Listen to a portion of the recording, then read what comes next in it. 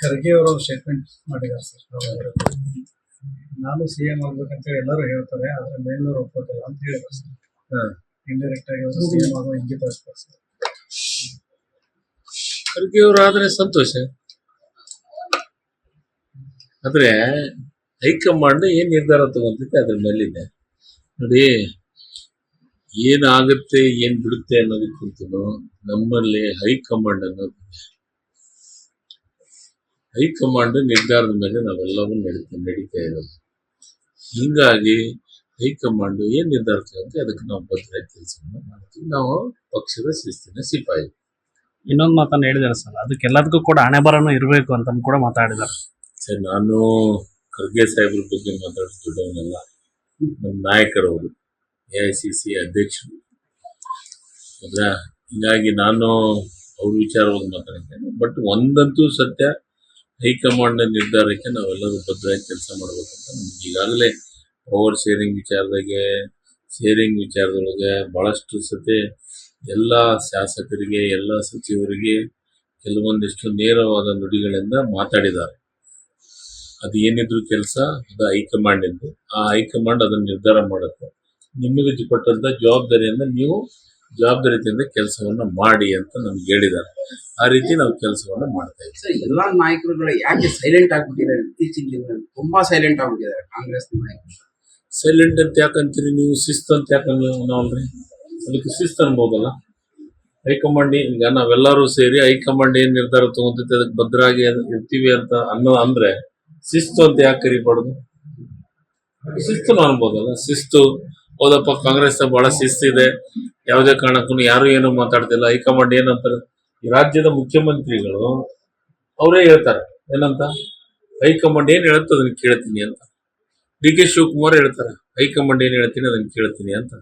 ಮತ್ತೆ ಇವೆಲ್ಲ ಹೇಳೋ ಹೊತ್ನ್ಯಾಗ ನಾವೆಲ್ಲರೂ ಒಗ್ಗಟ್ಟಾಗಿದ್ದೀವಿ, ಒಂದಿದ್ದೀವಿ, ನಾವು ಪಕ್ಷ ಏನ್ ಹೇಳುತ್ತೋ ಅದನ್ನ ಕೇಳ್ತೀವಿ ಅಂತ ಒಂದು ಶಿಸ್ತನ್ನ ಪ್ರದರ್ಶನ ಮಾಡ್ತಾ ಇದ್ದೀವಿ. ಯಾಕೆ ಅದಕ್ಕೆ ಸೈಲೆಂಟ್ ಅಂತೀರಿ? ಈಗ ಖರ್ಗೆ ಅವ್ರು ಇನ್ನೊಂದು ಮಾತು, ಗೊಂದಲ ಇದೆ ಆದ್ರೆ ಆದಷ್ಟು ಬೇಗ ಬಗೆಹರಿಸ್ತೀವಿ ಅಂತಾನು ಕೂಡ ಹೇಳಿದ್ರು. ಈಗ ಇದು ಯಾರಿಗ್ ಗೊತ್ತಿಲ್ಲ, ಕೆಲವೊಂದಿಷ್ಟು ಮಾಧ್ಯಮದೊಳಗೆ ಬಂದಿದೆ, ಗೊಂದಲ ಇದೆ ಅಂತಲೂ ಬಂದಿದೆ. ಗೊಂದಲದ ಬಗ್ಗೆ ಕೆಲವೊಂದಿಷ್ಟು ಚರ್ಚೆಗಳಾದ. ಏನೇ ಗೊಂದಲ ಇದ್ರು ಬಹಳ ಸ್ಪಷ್ಟವಾಗಿ ಇಬ್ರು ಹೇಳಿದ್ದಾರೆ, ಮುಖ್ಯಮಂತ್ರಿಗಳು, ಉಪಮುಖ್ಯಮಂತ್ರಿ. ಅವರಿಬ್ರು ಏನಂತ ಹೇಳಿದ್ದಾರೆ, ಹೈಕಮಾಂಡ್ ಏನ್ ನಿರ್ಧಾರ ತಗೊಂತಿದೆ ಅದಕ್ಕೆ ನಾವು ಭದ್ರಾಗಿ ಕೆಲಸವನ್ನು ಮಾಡ್ತೀವಿ ಅಂತ. ಈ ರೀತಿ ಹೇಳೋದ್ರೆ ನಮ್ಮ ಪಕ್ಷಕ್ಕೆ ಒಂದು ಶಿಸ್ತಿದೆ, ಶಿಸ್ತಿನಿಂದ ಕೆಲಸವನ್ನು ಮಾಡ್ತಾ ಇದ್ವಿ. ಸರ್, ಈ ಗೊಂದಲಗಳು ಎಲ್ಲಾದ್ರೂ ಅಪೋಸಿಷನ್ ಅವರಿಗೆ ಪ್ಲಸ್ ಪಾಯಿಂಟ್ ಆಗ್ಬಿಡ್ತಿದೆಯಾ ಅಂತ? ಯಾಕ ಅವ್ರ ಹತ್ರನೇ 16 ಬಾಗ್ಲಾಗಿದೆ ಬಿಜೆಪಿ ಅನ್ನೋದು, 3 ಅಲ್ಲ 16 ಬಾಗ್ಲಾಗೈತಿ. ಅವ್ರು ನಮ್ಮ ಶಿಸ್ತಿನ ಬಗ್ಗೆ ಅವರಷ್ಟು ಗೊಂದಲ ಅಂತೂ ನಮ್ಮಲ್ಲಿಲ್ಲ. ಇನ್ನೂ ಅವ್ರ ಅಧಿಕಾರದಾಗಿರ್ಲಾರ್ದನು ಗೊಂದಲ ಐತೆ. ಇನ್ನು ಅಧಿಕಾರ ಬಂದ್ರೆ ಯಾವ ರೀತಿ ಇರ್ತಾರ ಅನ್ನೋದು ಹಿಂದೆಲ್ಲ ಗೊತ್ತಾಗೈತಿ. ಬಿಜೆಪಿ ಅವ್ರಿಗೆ ಏನ್ ಆಗ್ಬೇಕಾಗೈತಿ? ಬಿಜೆಪಿ ಅವ್ರ ಹತ್ರ ನಮಗ ಬುದ್ಧಿ ಹೇಳಷ್ಟು ಅವ್ರ ಶಿಸ್ತು ಪಾಲನೆ ಮಾಡೋಂಥವ್ರು ಅಲ್ಲ. ಅವ್ರ ಬಗ್ಗೆ ನಾವು ತಲೆ ಕೆಡಿಸೋಂತ ಅವಶ್ಯಕತೆ ಇಲ್ಲ. ನಮ್ಮ ಪಕ್ಷದ ಜವಾಬ್ದಾರಿಯಿಂದ ಕೆಲಸವನ್ನು ನಾವು ಮಾಡ್ತೀವಿ. ಚುನಾವಣೆ ರಿಸಲ್ಟ್ ಬಳಿಕ ಸಂಪುಟ ಪುನರಚನೆ ಆಗುತ್ತೆ ಸರ್. ನಿಶ್ಚಿತವಾಗ್ಲೂ ಎಲ್ಲರೂ ಸಹಜವಾಗಿ 3 ಸತಿ 4 ಸತಿ ಗೆದ್ದಂತವ್ರ ಇದ್ದಾರೆ. ಸಹಜವಾಗಿ ಆಸೆ ಪಡೋದು ಸಹಜವಾದಂತ ಪ್ರಕ್ರಿಯೆ. ಕೇಳ್ತಾರೆ, ನಾವು ಕೇಳ್ತೀವಿ. ಕೇಳಿದ ಮೇಲೆ ಏನಂತ ಹೇಳಿದಾರೆ ಅವ್ರನ್ನು?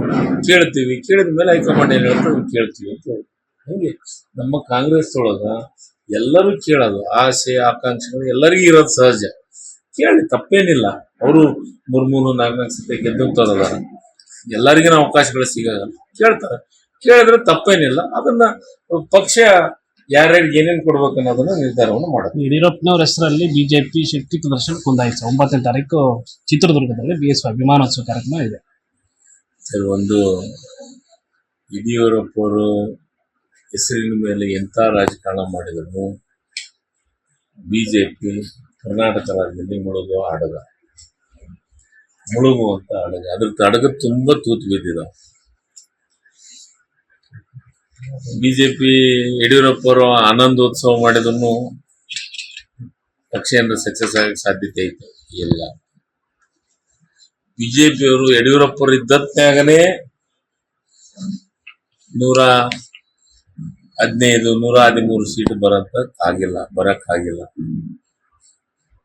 ಹಿಂದೆ 110 ಸೀಟ್ ಬಂದತ್ನಾಗ ನಾನು ಒಬ್ಬವನು ನಾನೇ ಹೋಗಿ ಅವತ್ತ ಸಪೋರ್ಟ್ ಮಾಡಿದ್ಮೇಲೆ ಏನಾಯ್ತು, ನಮ್ಮನ್ನ ಅನರ್ಹ ಮಾಡಿದ್ರು. ಹೌದಾ? ಅದಕ್ಕೆ ಯಡಿಯೂರಪ್ಪರು ಇದ್ದತ್ನಾಗನೇ 10 ಸೀಟ್ ಗಳಿಸಕ್ಕಾಗಿಲ್ಲ. ನಮ್ಗೆ ಇವ್ರ ಕಡೆ ಈಗ 16 ಬಾಗಲಾದ್ಮೇಲೆ ಇಲ್ಲಿ ಬಹುಮತ ಬರ್ತೈತೆ ಅನ್ನೋದು ಏನು ಗ್ಯಾರಂಟಿ? ಸಾಧ್ಯ ಇಲ್ಲ. ಕಾಂಗ್ರೆಸ್ಸೇ ಬರ್ತೈತೆ. ನಮ್ಮಂತ ಒಗ್ಗಟ್ಟಿದೆ, ಒಂದಿದೆ, ಗ್ಯಾರಂಟಿ ಯೋಜನೆ ಮಾಡಿದ್ದೀವಿ. ಈ ರಾಜ್ಯಕ್ಕೆ ಏನು ಭರವಸೆಯನ್ನು ಕೊಟ್ಟಿದ್ದೀವಿ ಎಲ್ಲ ಭರವಸೆಯನ್ನ ಈಡೇರಿಸುವಂತ ಕೆಲಸವನ್ನ ಮಾಡಿದ್ದೀವಿ. ಹಿಂಗಾಗಿ ಮತ್ತೆ ನಾವು ಅಧಿಕಾರಕ್ಕೆ ಬಂದೇ ಬರ್ತೀವಿ. ಸಣ್ಣ ಪುಟ್ಟ ಗೊಂದಲಗಳು ಸಹಜ ಅಧಿಕಾರದಾಗಿದ್ದಾಗ. ಅಂತ ಗೊಂದಲಗಳಿಗೆ ಹೈಕಮಾಂಡ್ ತೆರೆ ಎಳೆದಿದೆ, ವಿಶ್ವಾಸದಿಂದ ಇದ್ದೀವಿ. Thank you sir.